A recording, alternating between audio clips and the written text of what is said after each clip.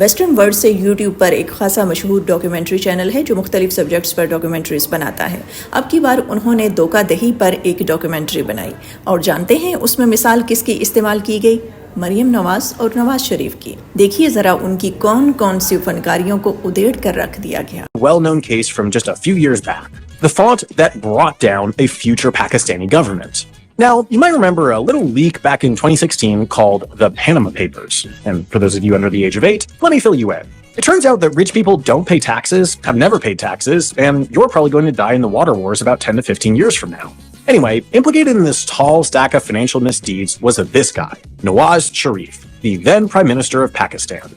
The actual scandal that he was implicated in doesn't really matter for our purposes, but basically the Panama Papers linked his daughter and likely political successor, مریم Navaz, to 4 luxury flats in London that were purchased with big-time corruption money. The allegations hinged on proving that Nawaz was the so-called beneficial owner of the companies that owned the flats, whereas she claimed that she was merely a trustee of said companies.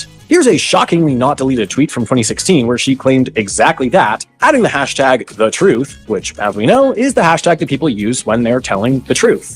In this tweet, she attached pictures of a trust deed signed in February of 2006, which would have proved her right, if the deed was real. Of course, it's not, and if we take a closer look, you'll see why.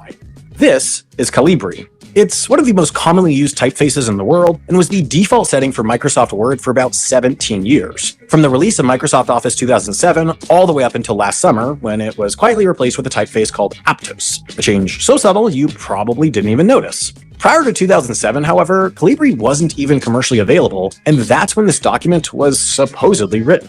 The investigators, along with Calibri's creator Lucas de Groot, determined that the only way this document could have been created in 2006 would have been for Nawaz to have been using this pre-release version of Windows Vista released exclusively to a small group of software developers at a conference in Seattle, booted up a beta version of Microsoft Word, and then randomly decided to use a then unknown Dutch font for her trustee because she thought it looked cool. I guess the courts decided that she probably didn't do that. Interestingly enough, this wasn't the only time that Calibri foiled a corrupt government.